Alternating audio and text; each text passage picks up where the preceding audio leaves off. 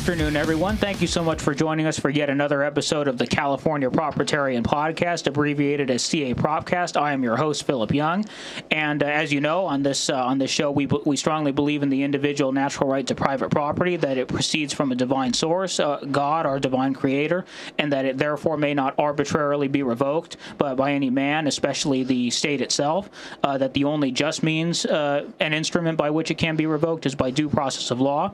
So we always like to discuss various issues in our culture wars and in our national discourse here in America and in the Western world that have the potential to carry implications for private property rights.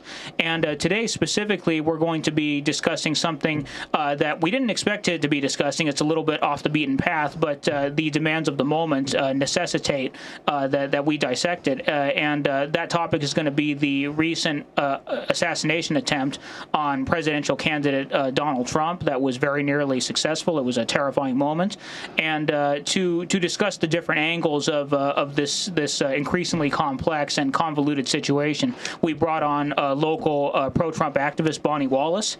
And what we're going to do today is we're just going to try to dissect every possible angle of what we know so far about what happened to Mr. Trump, what his likely path is going to be going forward all the way through to Election Day, and what might happen as a direct or indirect result of this apparent attempt on Trump's life. So with that, I'd just like to kick it over to Bonnie real quick to just give a quick introduction, and then we can dive into the meat of the issue as we always do. Thank you, Philip. Yep, I'm Bonnie Wallace, and we've talked before about so glad children, to have you on again. but today we'll talk about Trump. Yes. Let's do it. Yes. I'm willing to go down any rabbit hole or stay kind of normal, whatever you want to do. What I'd like to start by doing is I'd like to get a little bit into, just a tiny bit into the tactical components of this whole thing, because a lot of the news and a lot of the articles that I've read just in the last few hours, and certainly in the last couple of days, have delved into that angle of this situation.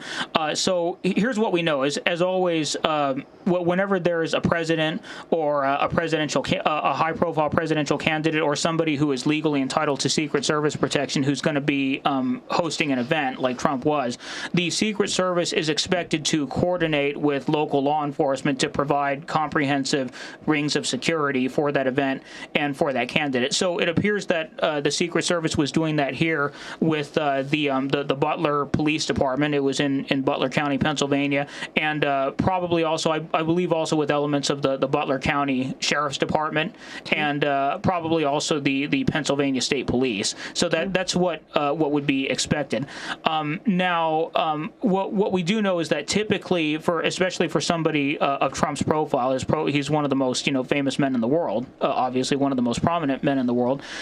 One of the tactical measures that would need to be undertaken to provide him with proper security is sniper overwatch. You would need teams of skilled sharpshooters providing constant overwatch, to ensure that nobody is sneaking up in the surrounds to take shots at him. So he had an overwatch team on one of the adjacent roofs.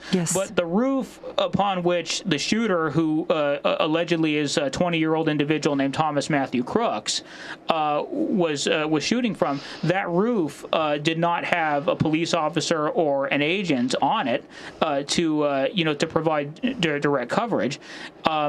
And additionally, it appears that there was at least several minutes that he was clambering around on that roof with his weapon, with no response from the Overwatch teams until not only had he clambered around for several minutes, but he did not receive any counterfire from them until he'd squeezed off at least 6 shots, possibly as many as 8.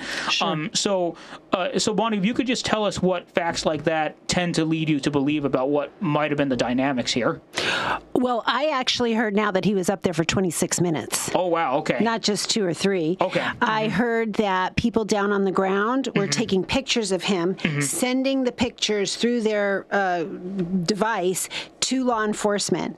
They were all pointing, there's a guy on the roof, there's a guy on the roof. So it was clearly known. I also heard, I haven't confirmed this, that there were agents inside that building. Okay, underneath the shooter. roof. Yeah, okay. The building, and it was a metal roof. So presumably they would have heard this guy. He had gone up there. He had a scope. He went down a ladder. He got his backpack. He got his rifle, whatever he needed, and he went back up. So he had gone up and down and up again. It's pretty clear. I don't think this is conspiracy, that this was an inside job. My understanding, too, is that he also brought a ladder with him. Yeah, there was a ladder. And he may have purchased it earlier that day. So he brought a full kit. And, he brought a full kit. Yeah, he was walking around with, quite a bit of hardware on him. He's got a backpack with, an AR-15 style rifle and several full magazines of 5.56 NATO caliber ammo. Okay. And he brings a ladder with him to get onto this roof. So it's very strange that he would have all of this gear that would not be something that, a person would normally carry. Sure. And why was that roof unattended? Usually, my understanding is that what I've heard is that there's 3 groups of counter sniper. In this case, there was only 2 for Trump. And that roof had a direct line of sight to President Trump and where he was standing. So they did not do a good job of securing the area. That's right. So, which is such a basic thing, protocol thing to do. So at a bare minimum, we're looking at extreme negligence. And very likely, it seems that it's more likely that there was probably some kind of deliberate malfeasance going on there. Yes. And, it's, and I believe that the Overwatch team that ended up returning fire and killing the alleged shooter, Crooks, they were actually a team that was deployed by the Butler PD. So I don't even think that they were a Secret Service. Okay. So it appears that the negligence and or malfeasance may be extending across different agencies here. Or it's compartmentalized, and they don't know exactly what they're doing. They don't know what they don't know. Yes. So that's hard to say. Right. But maybe people at the top. But it was also, my understanding was that the counter snipers across the way on the other roof saw him as well and had their bullseye basically on him, or crosshairs on him. Why would they allow that to happen? Why wouldn't they get that guy down? Why wouldn't they send somebody up the roof to arrest him or bring him down? Why did they just leave him there? And on top of that, why would they allow Trump to remain on the stage? Or why would they allow Trump to remain? Exactly. Number one, they could have gotten Trump out of the way. The proper course of action would be to simultaneously send one team to somehow neutralize the threat, whether that means shooting him as a last resort or whether that means arresting him. Right. And then simultaneously you would get the VIP off the stage. Right. That's what 100%. You would do. You would send another team to cover the VIP and get him off the stage. This really seems like an awful lot of coincidence here. If you ask me. I'm curious. I have heard rumors, and I want to stress to everybody who might watch this that these are only rumors at this point. Okay. That this may have something to do with the fact that Trump is less friendly to aid to the Ukraine, as he should be. Than the Biden regime is. And so there would be motivations by the Ukrainian regime of Zelensky and also by, his handlers in the CIA and in the U.S. military-industrial complex. There would be motivation to remove someone so inconvenient as Donald Trump because he does not want to sustain this war indefinitely, just for the sake of being at war. So do you think that is a viable origin of any potential plot against President Trump? I would put that at the bottom of the list. At the bottom of the list? Yeah. Okay, what would you possibly put at the top of the list? We know that the deep state wants to get rid of Trump. Yes, for many reasons. He is a threat for many reasons. So A, he's a threat. B, there is a lot of talk about them getting rid of Biden. There is. And this could open the door to have Biden assassinated, especially if they were successful in assassinating Trump. Yes. Then they could have a rogue MAGA fan Right. who's very angry. Yeah, supposedly a rogue MAGA fan who's very upset about this and takes revenge on Biden or Kamala Harris for that matter. Yes, that's certainly a strong potential. And I just have to point out, literally just a few minutes before we got on this show, I checked my news feed. It was Yahoo News. And one of the top stories was Biden said he just released a statement saying he is open to the possibility of resigning his candidacy if, quote, a serious medical problem comes up. Yes, I saw that too. So, why would someone say something like that unless there was a strong possibility of that occurring? Right.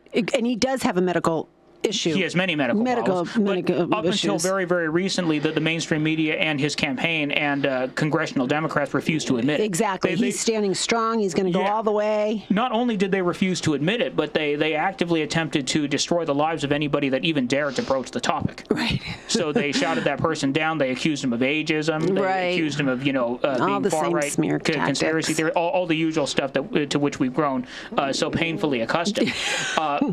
So I'm curious, do you think that the deep state, the new world order, whatever you want to call it, do you think their preference is to just have Biden step down due to one of his many medical problems, or do you think their preference would be to have a possibly a phony attempted assassination against him for propaganda purposes? Well, I don't know about either of those two scenarios. I'm not really sure why they want to get rid of Biden so badly, except for the fact that it's become so obvious that he cannot be running the country. No. So they can't deny that anymore, that he's strong and competent and he knows what's going on. So they have to kind of do something to save a little bit of face. But, we can take this whole thing on a far left turn down a rabbit hole where I watched the video a couple of different times. There was no panic among the audience. Which I found kind of strange. And there are some people saying this is a complete white hat operation.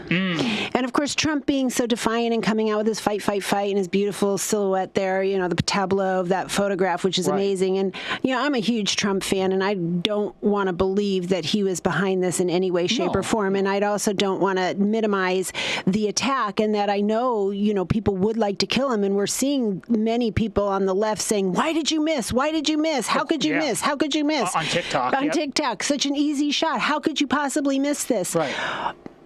But is it possible that the White Hats are behind this? That this whole thing was staged? It's clear that the CIA, the special forces, they were so negligent to the point of being deliberate negligence. Do they really want Trump dead, or did they want to make it look like Trump was going to be killed? I don't know. There's a lot. If I was to posit a theory based on everything I know so far, here's what I would say is, first of all, if this was a white hat operation, as you put it, I highly doubt that Trump himself was knowledgeable on it. And part I of the agree reason, with that. Yeah, part of the reason for that knowledgeable. is because let's just say he was contacted in secret with a plan like this. The plan would involve a 5.56 NATO round, multiple rounds being fired right past his head. There's no way he would go with this. So even if we accept that obviously he the mainstream media will always say that Trump is a narcissist. Let's say, for the sake of argument, that he's a total narcissist and he would be morally okay with a plan like this. It would still involve multiple shots being fired right past his head, which I don't think he would agree to. I don't think he would agree to. Just if for nothing else, for purposes of self-preservation. 100%. And here's what I do think: whether or not it was a white hat operation, I suspect that Thomas Matthew Crooks may have been himself a victim of some kind of MK Ultra type operation. Because he has the hallmarks potentially of certain serious mental disorders. Okay.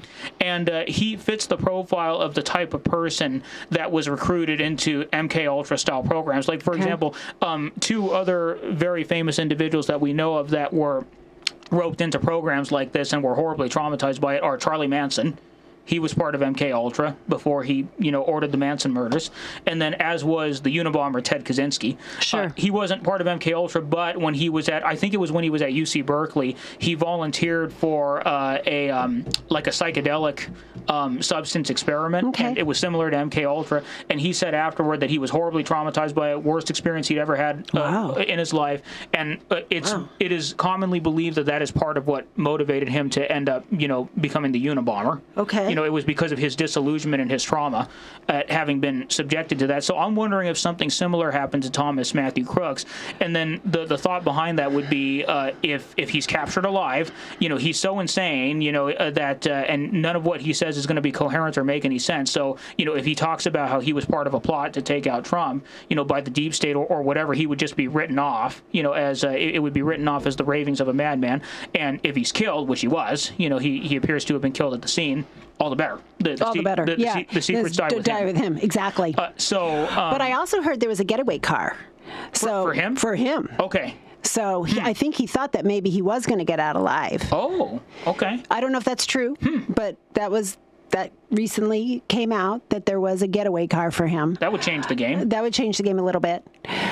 It's hard to believe that he thought he would get out of this alive. Yeah, because his odds would not be good. And I think I mentioned this to you earlier. He was on the roof for 26 minutes. Okay. And people kind of got the impression that he was a little reluctant to pull the trigger. Okay. And maybe he realized that, maybe he was questioning whether or not he should do this and trying to get the right shot. They also talked about the fact that there was that flag there and the wind and how that helps with now I'm not a sniper. I have no idea. I don't do firearms, but the wind and the bullet and this and that. So it was all set up so perfectly. The wind probably wouldn't matter at that range because he was about 200 meters away, maybe just under 200 meters, which that would equate to a little over 600 feet. Okay. So at that range, with firing 5.56 NATO rounds, wouldn't make a difference. Yeah, okay. No, it's highly unlikely that would make a difference. Okay. But all the same, his aim was very nearly good. Yes. Very nearly. It was just that Trump turned his head or looked at the screen. Clipped his ear. And it clipped his ear. I mean, is a divine intervention, right? And then there was that other image where it looked like there was a bullet that went through Trump's maybe chest or something. Maybe it went into his jacket or something like that. Yeah, but he was wearing a bulletproof vest, I guess. Now, here's what I will say is, it would take at least, I think, a Class 3 ballistic vest to be able to stop that kind of round, because a normal bulletproof vest, the type that's light and comfortable and flexible to wear, those are only designed to stop handgun rounds. So a 5.56 NATO round fired from that rifle would go through it like a hot knife through butter. Okay. So I don't know what kind of body armor he was wearing. Yeah, and maybe that image of the bullet hole, I don't know if you've seen that, but people took a close-up and posted it. Yeah. Or it could be that, maybe it went in, like in a certain angle of his jacket and it didn't hit him. But it made a hole in the jacket, which has happened before. Yep. So it happened to George Washington actually on a number of occasions, of course. Exactly, another divine intervention, providence. That's right. When he was a young man fighting in the French and Indian Wars. Well, the really scary thing is if it is the deep state and they want Trump dead, they're not going to stop. And evidently, this is not the first time they've tried to kill him, but it is the first time they've tried to do it publicly and in such a open area, and so obviously. And it's the closest they ever got. And it's the closest they've ever got, as far as we know. Yes. So they might end up trying to do it again. But he is going to get more detail now, more security detail, given the fact that he's the confirmed candidate. And my recommendation to Trump would be, he has, obviously he's been a billionaire for many years, and throughout his time as a billionaire, he actually does have a team of bodyguards that have been with him for many years on a private basis that he privately hired, and he knows them personally. He's known them for a long time. He trusts them. If I were him, I would, as much as possible, rely on those guys that are personally loyal to him. Yes. I would trust them a lot more than I would trust the Secret Service or, a local police detail. It's clear all of our agencies have been infiltrated. Yes. The question is, are the normies waking up? When you listen to MSNBC or the mainstream media, they're still wondering, there's no manifesto on this Crooks guy. They've been looking for the manifesto. Oh, they can't break into his cell phone. They're trying to break into his cell phone. They can't do that. They're acting like this is just some random guy who came, crazy guy, 20-year-old, right. who wanted, who wanted to kill Trump for no good reason. Well, because he thinks he's Hitler. Right. And, there'd be a manifesto. There's no thought that this could be predetermined or planned or MK Ultra, right? Yeah. The mainstream media is not going to touch that with a 10-foot pole. And even Congressman, I think it was Chris Mills, or I can't remember his name, he was talking to a CNN, and he was saying, the amount of negligence is very questionable. Why wouldn't they have secured that border? They know that, he had a perfect being higher up and blah, blah, blah. And he was just questioning it. And the CNN reporter was like, you're not saying that there's any kind of conspiracy. You can't be saying that. And he's, I'm questioning the fact that there was so much, it was so obviously possible that this could happen. And they saw the guy, and right. the CNN just wouldn't have anything to do with that. Of course not. Of course not. And but do you think normies are going to wake up over this? I mean, they already are increasingly. Can people kind of see through a little bit of the lies that we've been told and continue to be told? Judging by the chatter there's been online, I absolutely think so. But to address one of the points you made there, you were saying how the FBI supposedly has the guy's Crooks' cell phone and is hacking into it and is. They say they can't hack into it. Not so far. They said supposedly they're making headway, according to them. But what's interesting is they also said that he has very little social media to speak of. Okay. Now that possible. On the one hand, that could be evidence that it was deliberately scrubbed, to prevent anyone from investigating his backstory effectively. But I'm wondering if this were a plot by the deep state, which I very much think it could be. Wouldn't it make more sense to invent a bunch of false social media accounts for him that present him as maybe being some kind of somebody who's so alt-right or so far right that he thinks that Trump doesn't go far enough, and so he wants to kill him for that reason? That's a really good point. Wouldn't that be more sensible? So that's why I'm wondering what the significance of him having little to no social media actually is. And I don't know what to think about that. To be honest. That's a really good point. I don't know what you think might be the reason behind that, but. Well, I think like you, he's MK Ultra. They somehow got this kid to do it. It has nothing to do with his social media or whatnot. He's whacked out. He's whacked out. Yeah. Although there is that BlackRock commercial that he was in.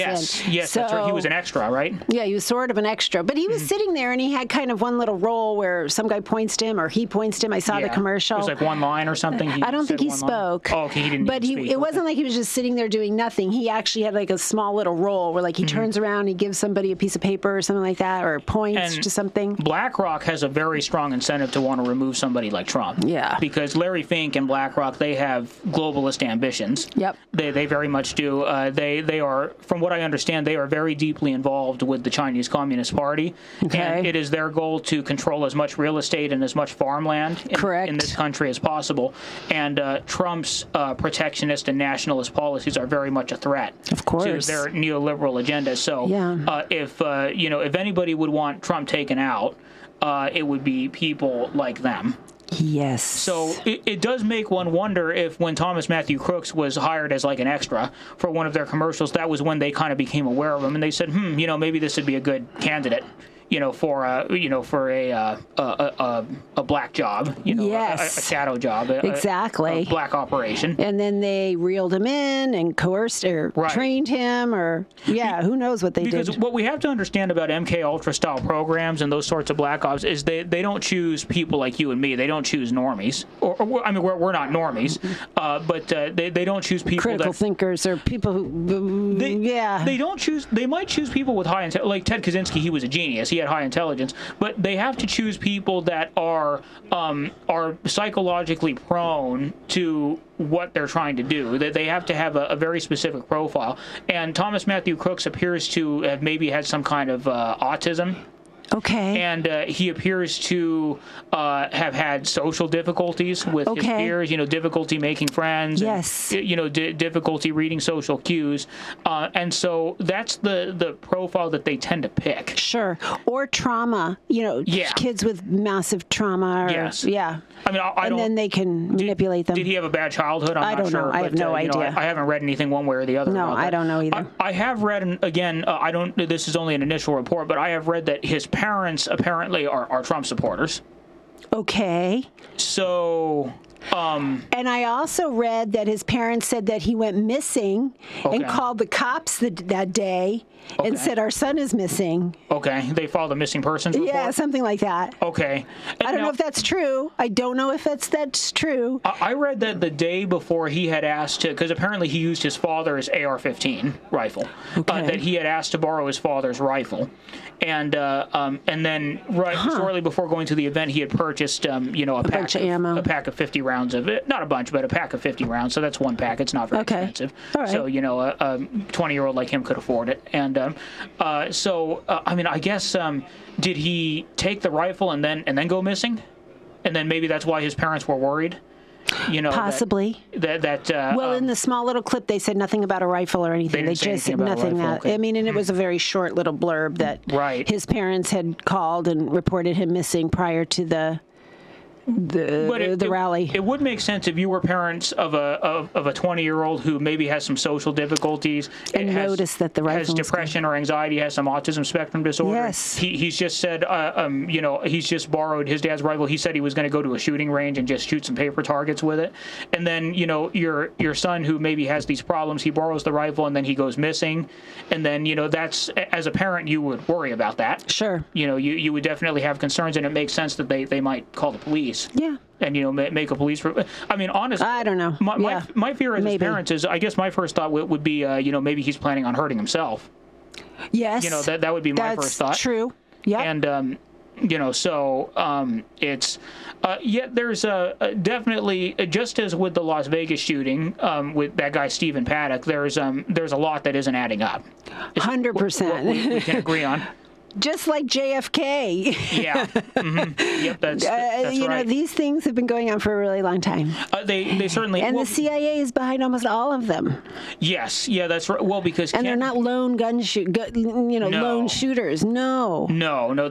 Because Kennedy had, throughout much of his presidency, he had a very tense relationship with the CIA. Yeah. Relations between the Kennedy White House and the CIA soured greatly after the Bay of Pigs disaster.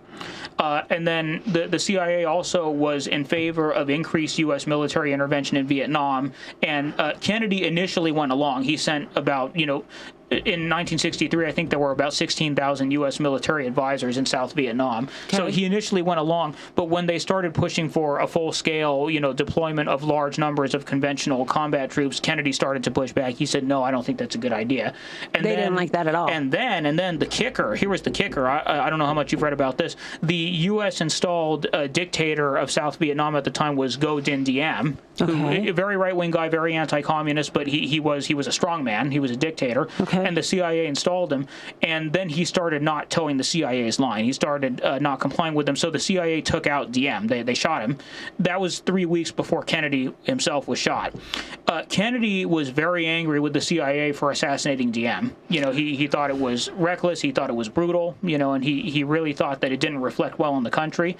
And so he gave the CIA a dressing down, and he said that this has to stop, and then 3 weeks later, he himself is shot. Yeah. And then Lyndon B. Johnson ascends to the presidency, and he immediately starts towing the line and doing everything the CIA and the military industrial complex send a bunch of people boys to Vietnam. He was a shoo-in. Yep. So that's exactly. And then, of course, these defense contractors make hundreds of billions of dollars, yep. And the rest, as they say, is history. And we've been living under this, what do they call it, the military complex? Military-industrial complex for a long time. And this is what happens. It's one war after another. Even domestic, you could argue. This is, warfare. It is. And then also we have a mainstream media that functions to defend and promote the agenda. Yeah. They defend and promote the agenda of Big Pharma, big government, the military-industrial complex. That's what they do. And Noam Chomsky, who actually is a lefty, but he's a lefty with very good instincts and correct analysis on a lot of these issues. I think he calls it manufactured consent. That's what he calls it. And he said what the mainstream media and these journalists, which is not really what they are, but that's what they call themselves, they act as what he calls a secular priesthood or a Praetorian Guard to uphold the power establishment. And you notice they went immediately to work marketing the war in the Ukraine, how the U.S. has a duty to assist to defend democracy and democracy and stop Putin.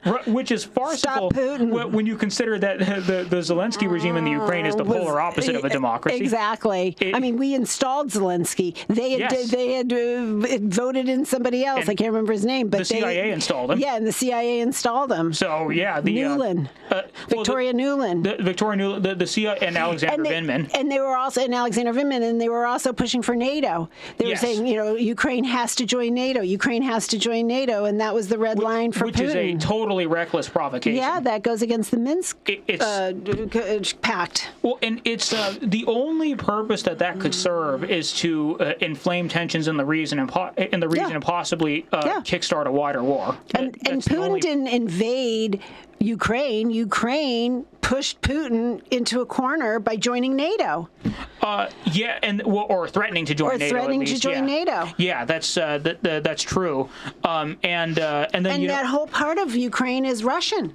They were talking about the Donetsk and the Donbass in the eastern Ukraine, right? Eastern Ukraine. My understanding, and I had Trevor Loudon on a couple weeks ago. He disputed me on this a little bit, but I have read from a lot of different sources, although he feels differently, that about 70% of the population of the Donetsk and the Donbass self-identify as Russian. I believe that to be true. Yes, and then they primarily speak Russian. They are ethnically Russian. Yep. Most of them are Russian Orthodox Christians. They belong to the Russian Orthodox Church. And the Ukrainian regime has, since about 2014, they've often persecuted those people horrifically. Because the Ukrainians are the Nazis. They're originally the Azov battalion. And which is, and I have relatives that came from there and lived through the pogroms, and they said the Ukrainians were the worst of all the Nazis. They were the worst. There were Ukrainian SS battalions. As a matter of fact, there are Ukrainian paramilitary groups, far-right paramilitary groups that are in the field right now fighting against Russian forces. They are literally these young Ukrainian men. They're neo-Nazis. They are wearing the same SS stormtrooper uniforms that their great-grandfathers wore back in the day. They are reaching into their closets, putting on the SS uniform. You can see the sloped helmet. And you can see. And how much money have we sent to Ukraine? How many billions of dollars are we sending to Ukraine? The last major spending package sent to the Ukraine, I think it was $60 billion, and then that was just one package. That was one package. So if you all inclusive, I think it's between 150 and 200 billion. At this point, to prolong a pointless war. A pointless war that they're going to lose. Yep. So it's not about war. It's not about winning this war. No. It's about the corruption, the money laundering, the body parts, the bioweapons. Almost half a million young Ukrainian men are dead in this conflict. And they're taking them off the street, kidnapping them, forcing them to fight. That's right. Yeah. It's mass conscription. And then I saw this propaganda advertisement where it was like, come fight for Ukraine, and it was like this beautiful woman, of course, like these, beautiful backgrounds, making it look so glamorous. Glory to Ukraine. Glory to Ukraine, and like this montage of beautiful scenery and women and men, making it look so glamorous to go fight for Ukraine. Yes. Yeah, that's certainly true, and I'm not saying I'm not a huge Putin fan or anything like that. I have my issues with Putin, but what I can say is that he's more honest, and he is probably less tyrannical than Zelensky is. I would agree with that, and he's also nationalist. He cares about Russia. He cares about the Russian people. Yeah, and he cares about Russia. He stands for what he believes are the best interests of I wouldn't Russia. call him a globalist. No, he's not a globalist. He's not a globalist. And those are our enemies. The primary enemy, yes. The globalists are the enemies. Yes.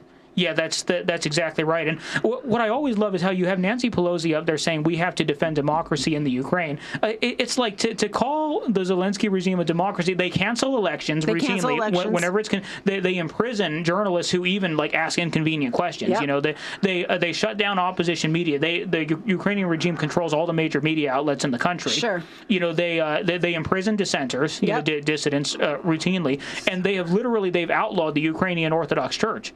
We're supposed to have freedom of religion and freedom of speech and freedom of the press in this country, but we are supporting a regime that is literally, they are locking up and in some cases murdering.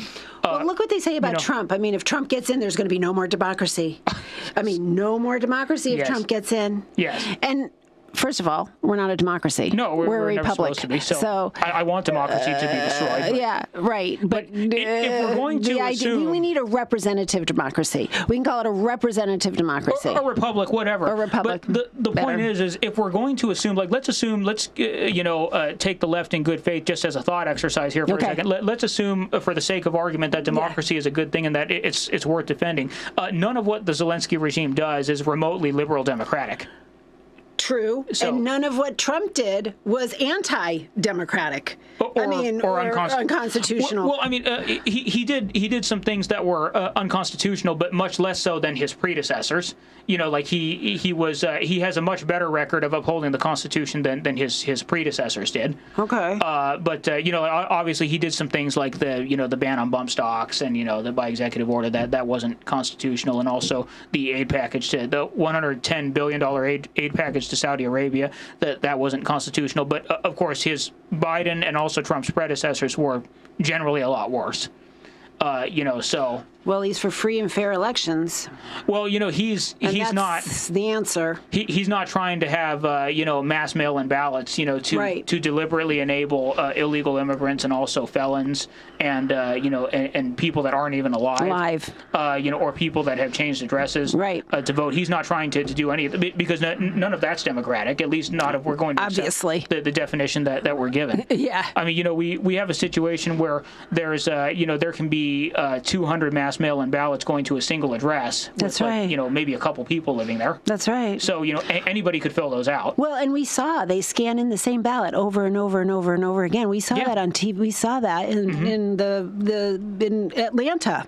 Well, and even at my own house, I saw this too. My sister, she moved to Florida 3 years ago almost, and during election season we were still getting and she had moved there before, we were still getting her ballot. Her ballot in the 2022 midterms that was addressed to her. She hadn't lived there in a long time. Yep. We didn't do this obviously, but what could have voted for her. What would stop us from filling it out and then sending it in? And ballot harvesting is legal in California. Yep. So what would stop us from filling it out and then just giving it to a harvester? Nothing. Or just sending it in yourself. Yeah. So it's by mail. It's a farce. It's a farce. But what I'm grateful for is that in a lot of Republican-controlled swing states like Georgia, for example, Brian Kemp has signed into law a bunch of bills that are designed to prevent election fraud. Let's see what happened, because Georgia was the cesspool of voter fraud in 2020. Yeah, Georgia was heavily targeted because it's a purple swing state. So for that reason, it was targeted. But Brian Kemp, he allowed it to happen. He did the thing. Here's the problem with Brian Kemp is he's done a lot as governor that I like and that I think is very good. The problem is he doesn't get along with Trump. So they just don't like each other. They don't. It's a personal beef. They don't get along. I think what you have to understand about Brian Kemp is that he's a good old Southern boy, and he doesn't like any good old Southern boy. He doesn't like it when New York Yankees come into his state and tell him what to do. And so I think that's fundamentally how he views Trump. He regards him as a New York billionaire who is an outside agitator, and he doesn't want him coming into his Southern state. To push him around. And I think you don't cheat. His world. You don't allow the kind of cheating that they allowed with the machines. They destroyed the ballots. Right. It was incredible what they did. They stopped the counting. They said there was a water main break. They told everybody to go home, and then at 2 o'clock in the morning, they pull out all the ballots. They run them through under the table. Yep. Yeah, it's just so obvious, but I know a lot of people didn't see it. But Trump has Brian Kemp, my apologies, has signed into law a state bill down there that is it eliminates the mass mail-in ballots, so that eliminates the single worst problem. So he's done that. We'll see what happens. And he has also reduced. He signed into law some bills that are aimed at reducing the ability for fraudulent ballots to just be dropped off in boxes. And counted. That's good. This isn't. Those are incidental to elections, but he's also signed into law constitutional permitless carry, and he's done. Well, that's good. And Kemp has also indicated that he will sign into law a bill that abolishes the state income tax. So he's not bad overall. I don't think that. Interesting. I don't think that Trump supporters give him all the credit that they should. But I understand that he's had some rocky relationships with Trump. Yeah. So, and I can, I certainly his state can't deny that. His state was a cesspool of cheating. Yes. So it's hard to especially in Atlanta, because what you have to understand about Atlanta is that's a Democratic power center. So the Democratic Party owns it, runs Atlanta. Undisputedly. Sure. They're going to, I think all of the major incidents of voter fraud in Georgia that you're talking about, I think all of them occurred in Atlanta. Yeah, this is 5 counties. I mean, it wasn't the whole statewide, but yeah, it was those counties, right? Maricopa. Fulton County, DeKalb County, and 3 others? In Georgia? Yeah. Okay, maybe. But I'm also thinking, like, in Arizona, it was Maricopa County. Yeah. In Arizona, I mean, the different counties. That's right. In those 5 states or 6 states that they shut down. Swing counties. The swing states. The critical counties. And, and in Pennsylvania. One in Pennsylvania was problematic. Yeah, like the Pittsburgh area. Michigan. And Michigan has Detroit, which is also like Atlanta. It's locked down by the Democratic Party. Right, and there's been cheating going on for a long time. Yeah, and, just to sign off here, I think come Election Day, which appropriately is on Guy Fawkes Day on November the 5th. Yeah. Remember the 5th of November. One of the things that we need to do at the grassroots level to prevent voter fraud is, and research local laws, of course, before you do this, but I think to some degree we have a First Amendment right to walk into voting centers with cameras. So, we should walk around and just, walk around with cameras, make our presence felt. Okay. And just, give people on the ground the sense and they are looking for people to work the voter rolls, the voter centers. Yes. And you can sign up to work for them on the LA or the CA GOP website. Okay. I think on cagop.com. They have a link for that. They have a link for that, and you can sign up and apply. Good. So people could do that. Fantastic. Well, but this shooting, going back to the assassination attempt, everybody now is saying Trump won. I mean, oh yeah. It's over. He posed for the most iconic photo of all time. The iconic photo of all time. He said, "Wait," and he held off his Secret Service detail, and then said, "Fight." I know, perfect. Perfection. Exactly. And he's got, it's just natural for him to do that. It is. It's just that's his spirit. That's what people have to understand. That is who he is. He is a fighter, but he also understood the optics of that. He's gotten pretty. I wouldn't have held up that well. No way. If I had just been shot at, I'd probably be incoherent. Yeah, exactly. Babbling incoherently. I know, crawling on the ground, on hands and knees. Yeah. Yeah, I'd be, I'd be utterly in a panic. 100%. Me too. I'd probably crap my pants, to be honest. I right, and I mean it's painful too. Yeah. You're in a lot of pain. I imagine. I hope he keeps that scar on his ear. Because he can use it for marketing. Yeah. So I hope he doesn't have it. He's got that big white, bandage right now. But that's okay. Yeah. No. So. If the Democrats cheat this year and Trump loses to, I don't know who, Biden or Michelle or Newsom or whoever it is, it's going to be just so obvious that that's going to start. That's going to be the break. I think that Republican states will secede. If that happens, I think there will be enough political pressure that they'll secede from the union. And they'll say, we're not going to recognize these phony election results, and until it gets addressed, we're not going to be a party to this union. We're not going to obey federal orders. If that's how you're going to play. Yeah. Then, I think that even relatively tepid Republicans like Greg Abbott, I think they'll say we're not going to comply with certain components of the federal regime. Yeah. Until this gets addressed and corrected. I think even him, and certainly, like Brad Little of Idaho and who's governor of South Dakota. Not Gretchen, but the other. No. She's the other on the other side. I know who you're talking about, that woman. I'm sorry, I don't have it on the tip of my tongue right now, but the governor of South Dakota, for example. The woman. She was considered for a VP position at one point. Yes, and and Bill Lee over in Tennessee, I think they would be comfortable with like a soft secession if there was an apparent. Well, that would be really Democratic interesting. victory. Yeah. Yeah. Well, no other time I'd rather be alive. Good. But, it's so fascinating. It is an incredible story, and it is. You know, people. The sooner people wake up and get in tune with this, they'll be so entertained and enthralled with it, right? That you can't not enjoy it as much as difficult it is. And we are in a battle, and it's really hard. There is a part of it that's just so amazing. It's a monumental struggle. It's a monumental struggle, and it's the whole fact is stranger than fiction thing. And and it's incredible, and it could lead to, if we had a great awakening, and never a dull moment. And this is the age of Aquarius, and we could just go into a whole new platitude. Which would be amazing. A paradigm shift. A complete paradigm shift. But before we sign off here, just what I just want to kind of tie everything up with in a nutshell is that come hell or high water, Trump and his movement are not going to be stopped. They're unstoppable. An assassination attempt. And not only did it not stop him, he came out of it stronger than ever. Stronger than ever. Pumping his fist. In fact, everything the Democrats do, he comes out stronger than ever. That's right. I mean, that legendary mugshot that he took, stronger than ever. Right here. Right there. You got it on your T-shirt, exactly. And now people are getting tattoos of the fight. And some people are saying, it is time though for Trump to make his Martin Luther King speech, where even if he's not with us, we need to pick up the battle or whatever and keep going without him. And we have to do that. This says, but Trump, we need him so badly. We have to pray for Trump. We do have to pray for him. And Trump may have founded this movement, but it's grown beyond him. And, and the thing is, he is getting older. So, obviously, even if he wasn't assassinated, he's not going to be with us forever.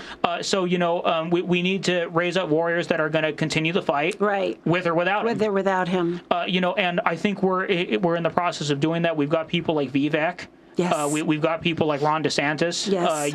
And his own son, Don Jr. is strong. And Barron. And Barron is he's still young, but he's looking pretty resolved himself. And he watched his father almost get killed. And so I think honestly that's going to raise up a warrior. Good. Right there. That's what we need. We need a lot of warriors. He'll avenge his father. Yeah, so good. His father's honor. Biblical. I mean, these things is so incredible what we're living through right now. It is. But whether it's Democratic election fraud, whether it's almost all of corporate America arrayed against him, whether it's the mainstream media directing all of their vitriol, and of course the CIA and FBI and all those three-letter agencies, the police state, intelligence community, the censorship, all of it. None of that has stopped him. None of it will stop him, and it's not stopping us either. Yeah. So we're behind him 100% to see this thing through. Yeah. And we're gonna whatever happens on November the 5th, we're going to emerge victorious because I am confident that the American right wing will not put up with another contrived Democratic victory. Yeah. I will say, I'm confident of that. Unfortunately, we're behind enemy lines here in LA County. Yes, we are. And I know this to be true because I go out and I canvass and I talk to people regarding our Republican candidates, and there are a lot of them. We've been called Nazis. Oh, yeah. We were yelled at by this liberal woman, white woman living in Glendale that, get this stuff off my porch. You guys are Nazis. It's a badge of honor. I said, how do you justify calling us Nazis? Well, look, you're doing Republicans are Nazis. You're Jewish, aren't you? And I'm Jewish, and I had my family killed by the real Nazis. Yeah. Give me a break. Yep. Yeah, well, they don't. I mean, it's shocking. You were saying that you had family members that were killed by and also survived the Ukrainian pogroms. The Ukrainian SS units. Yes. Who enthusiastically they were actually more brutal and more efficient in rounding up Jews than the German SS. Exactly. So much more. No, they say the Ukrainian Nazis were the worst. Yeah, by far. The Ukraine has a long history of anti-Semitism. So, anti-Semitism's woven pretty deep into their history. So, that's not terribly surprising. So there was a ready-made base for that kind of thing.